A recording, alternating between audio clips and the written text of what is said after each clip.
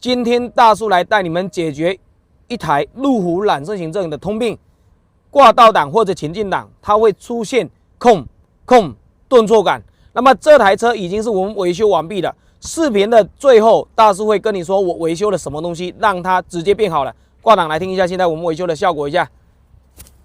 这麦克风啊，兄弟们，现在一点声音都没了。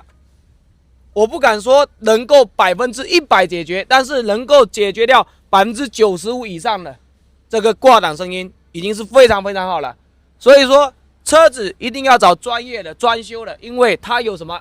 他有经验，他可以帮你把车子弄得清清楚楚，安排个明明白白，懂吗？可以了。